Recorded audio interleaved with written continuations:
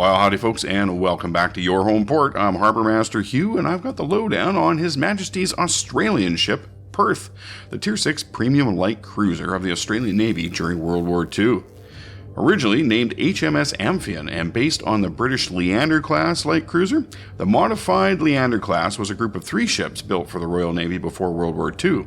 Amphion was laid down in 1933 and commissioned in the Royal Navy in 1936. In 1939, she was sold to the Royal Australian Navy and had a short but active career serving in theaters from the Atlantic to the Pacific and many points in between. Finally, she was sunk while in company with the USS Houston in the Sunda Strait in 1942. Here in World of Warships, the Perth is an interesting ship to play. On paper, it would appear to be woefully inadequate, with specs that do not inspire confidence, and in my first few battles with it, I played it as I might other ships in my fleet with terrible results. Looking at the armor, there are thicknesses ranging from 13mm to 100mm. The Citadel is situated low, almost completely below the surface, which is good, but it's not quite all the way there, and it's not too large, which should make it harder to hit.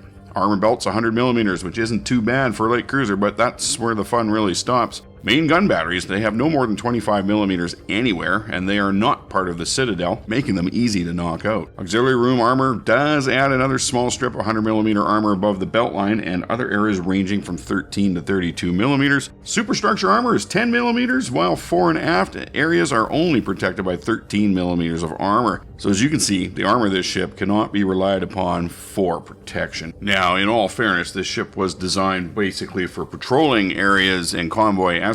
So in the game, it finds itself in situations that it was, as I said, it was never really designed to take care of. In addition, Perth only has 27,100 hit points to cushion the blow from all of these penetrating hits you're going to take. So if you're focus fired by several enemy ships, you will likely be sunk very quickly. Top speed is on the low end for cruisers in World of Warships at 32.5 knots, and it only has an AA defense rating of 32 due to the low number of AA guns on board.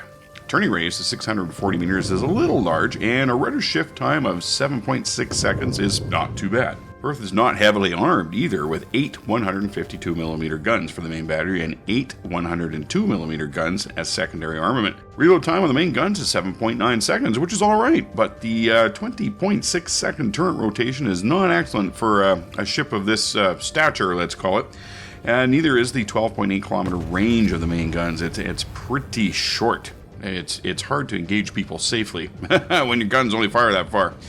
Especially when you put it against the surface detection range of 9.8 kilometers. And that's a 3 kilometer difference between when you can fire on something and when you are detected by something. It's not a lot. There are worse ships out there, but that's still not a lot. Good news is that the guns are more than capable of citadeling Japanese and American cruisers. 8 torpedoes arranged in quadruple tube launchers on either side of the ship is alright, as is the range of 8 kilometers. And these torps also have a speed of 61 knots, so they're not too bad. The issue here is that people have likely been shooting at you for almost 2 kilometers before you are finally able to launch torpedoes at them. If you miss, you'll be waiting an eternity of 96 seconds before they reload and can be used again. Well, that's a whole lot of not awesome right there. What does this ship do well, and why in the world would I spend real money on this thing? There are 3 things to note, one being a blisteringly fast rate of acceleration. From 0 to top speed in a very few seconds. I mean, the crew will be peeling themselves off the back wall of the bridge when they floor this thing. It's pretty fast. It also has a smoke generator that operates uniquely compared to other ships, releasing a smoke cloud every 10 seconds. And while each cloud only lasts 10 seconds, the smoke generator puffs happily away for 90 seconds. Once you hear the message, smoke screen set, you'll have 10 seconds to get into a better position before that final cloud disappears and you are left bobbing away in the open with your pants around your ankles. The third attribute of note is that this ship loses very little speed when turning.